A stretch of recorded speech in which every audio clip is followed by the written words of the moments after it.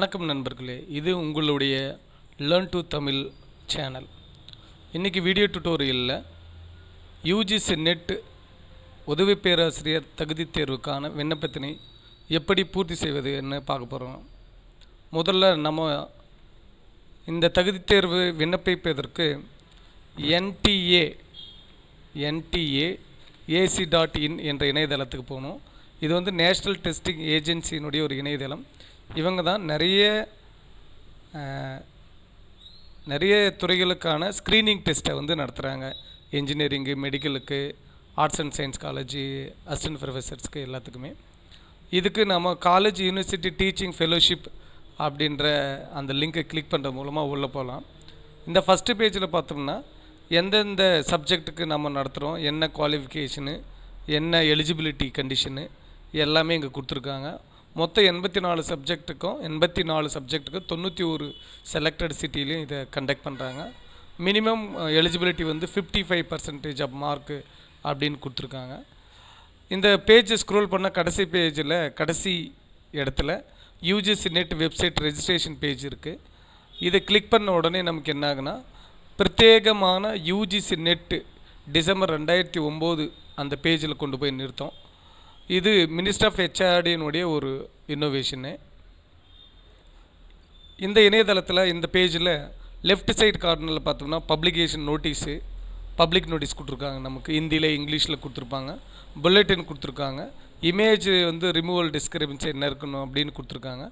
புது syllabus June 2019 யூஜிசினுடைய புது syllabus effect இருக்குது. அந்த யூஜிசினுடைய புது சிலபஸை வந்து நம்ம இந்த சிலபஸ் அப்படின்ற அந்த லிங்க் மூலிமா கிளிக் பண்ணி போகலாம். ரைட் சைடில் பார்த்தோம்னா நியூஸ் அண்ட் அனௌன்ஸ்மெண்ட் அல்லது நியூஸ் அண்ட் ஈவெண்ட்ஸ்ன்ற இந்த டேக்குக்குள்ளே லாஸ்ட் டேட்டு என்றைக்கு, அப்ளிகேஷன் கூட லாஸ்ட் டேட்டு, கரெக்ஷனுக்கான லாஸ்ட் டேட்டு, என்றைக்கு பேமெண்ட்டுக்கான லாஸ்ட் டேட்டு, மொத்த டீட்டெயில்ஸ் எல்லாம் இங்கே கொடுத்துருக்காங்க. ஃபில் ஆன்லைன் அப்ளிகேஷன் இந்த லிங்க்கை கிளிக் பண்ணுறது மூலிமா இந்த ரெஜிஸ்ட்ரேஷன் பேஜுக்கு போகலாம். First page.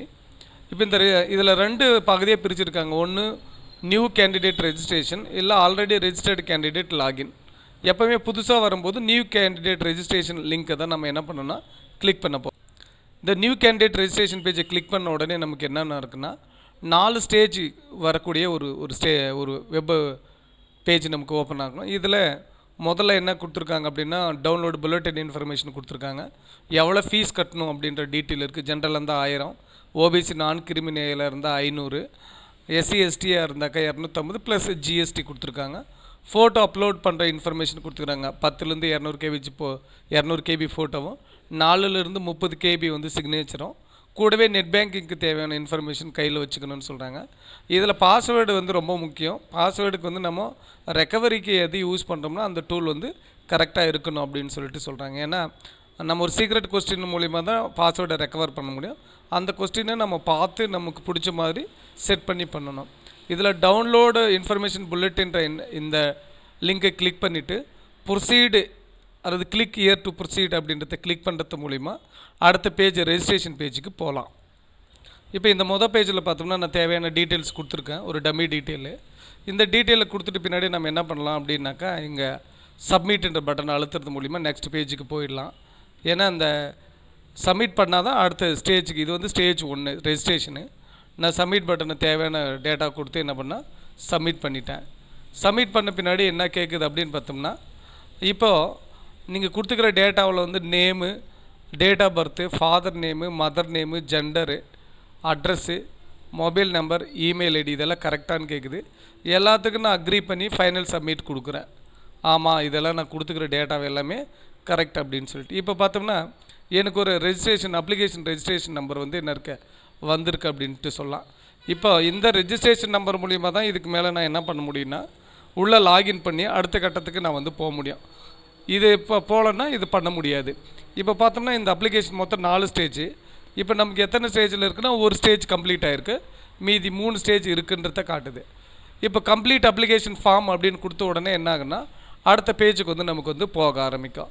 இந்த பேஜில் தான் நமக்கு நம்மளுடைய எஜுகேஷன் குவாலிஃபிகேஷன் டேட்டா மற்றது எல்லாத்தையுமே இந்த இடத்துல நம்ம வந்து கொடுக்க போகிறோம்.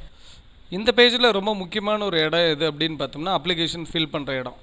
இப்போ இந்த அப்ளை ஃபார் நம்ம எதுக்கு அப்ளை பண்ணுறோம், சிலர் வந்து ஜேஆர்எஃப்க்கு மட்டும் ஃபில் பண்ணலாம், சிலர் வந்து அசிஸ்டன்ட் ப்ரொஃபஸருக்கு மட்டும் பண்ணலாம், சில பேர் ரெண்டுத்துக்கும் பண்ணலாம். இப்போ மேலே இருக்கிற அசிஸ்டன்ட் ப்ரொஃபஸர்னா ஒரு எலிஜிபிலிட்டி ஃபார் அசிஸ்டன்ட் ப்ரொஃபஸர், ஜேஆர்எஃப்போட சேர்த்து பண்ணோம்னா அது நமக்கு வந்து ரிசர்ச்சுக்கு வந்து நம்ம ஃபண்டை வாங்குறதுக்கு யூஸ் ஆகும். நான் அசிஸ்டன்ட் ப்ரொஃபஸர் கேட்டகிரியை பண்ணுறோம். கூடவே என்ன சொல்கிறாங்கன்னா எக்ஸாம் ஸ்டேட்டு எந்தெந்த ஸ்டேட்லேருந்து நீங்கள் எக்ஸாம் அப்பியர் ஆகுறங்கிற லிஸ்ட்டு கொடுத்துருக்காங்க.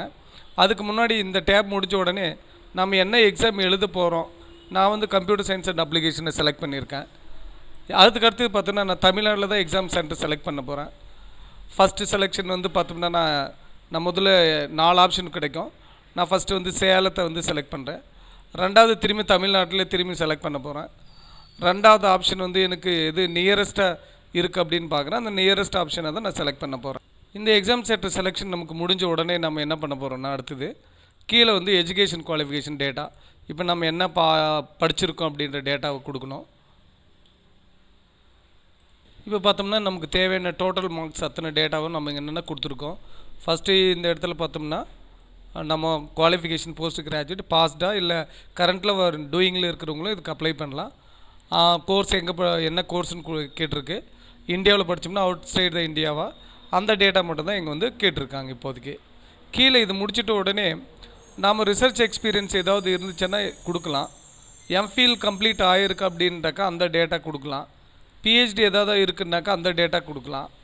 இப்போ எக்ஸ் மேன் அந்த மாதிரி என்ன கேட்டிருந்தால் கேட்கலாம். அது கேட்குற ரிலவெண்ட் டேட்டா கொடுத்துக்கலாம். இப்போ இங்கே கொடுக்குற இந்த கேப்ஷன் லெட்டர் நம்ம என்ன பண்ணோம் அப்படியே இங்கே வந்து என்ன பண்ணால் ஃபில் பண்ணிக்கலாம். கொடுத்துட்டு நான் என்ன பண்ணுறேன்னா ஃபைண்ட் சப்மிட், நான் சப்மிட் பட்டனை அழுத்திட்டேன்.